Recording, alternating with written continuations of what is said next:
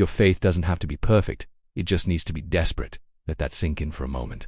Have you ever felt like you've tried everything? You've gone to all the experts, spent all your money, exhausted every option, and you're still left with the same problem, the same pain, the same struggle. You're not alone. In the Bible, there's a story about a woman who was in this exact situation. For 12 long years, she suffered from a condition that made her constantly bleed. In that culture, this didn't just mean physical suffering. It meant social and religious isolation.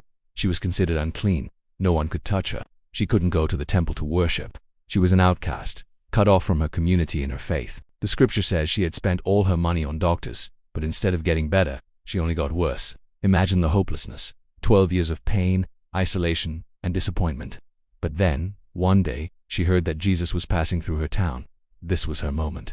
A crowd was pressing in on Jesus from every side, a chaotic scene. For a woman in her condition, weak and considered unclean, pushing through that mob would have been terrifying and almost impossible. But something rose up in her, a desperate faith. She thought to herself, if I can just touch the edge of his robe, I'll be healed.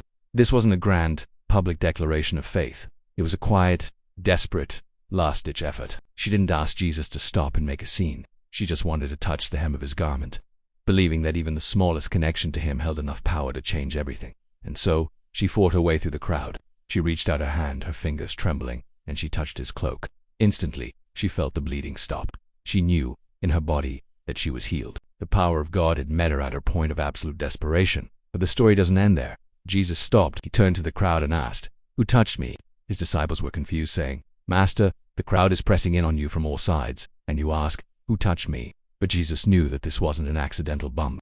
He felt power go out from him. The woman, realizing she couldn't hide, came forward, trembling with fear. She fell at his feet and told him the whole truth. Her 12 years of suffering, her desperate thought, and the immediate healing she experienced. And what was Jesus' response? Did he scold her for her secretive approach? No. He looked at her with compassion and said, "Daughter, your faith has made you well. Go in peace and be freed from your suffering." He didn't just heal her body, he restored her dignity. He called her daughter, bringing her back into the family of God. Maybe today you feel like that woman. You've been battling something for a long, long time. You feel weak, isolated, and maybe even a little ashamed. You feel like your faith is small and imperfect. But this story is for you. God can use your weakest moment to release your greatest miracle. When you feel like all you have the strength for is to just reach out your hand, He is already there, ready to heal you, to restore you, and to call you His own. Your faith doesn't have to be perfect. It just has to be pointed at Him. Thank you so much for watching. If this story touched you, please like, share, and subscribe for more content like this. God bless.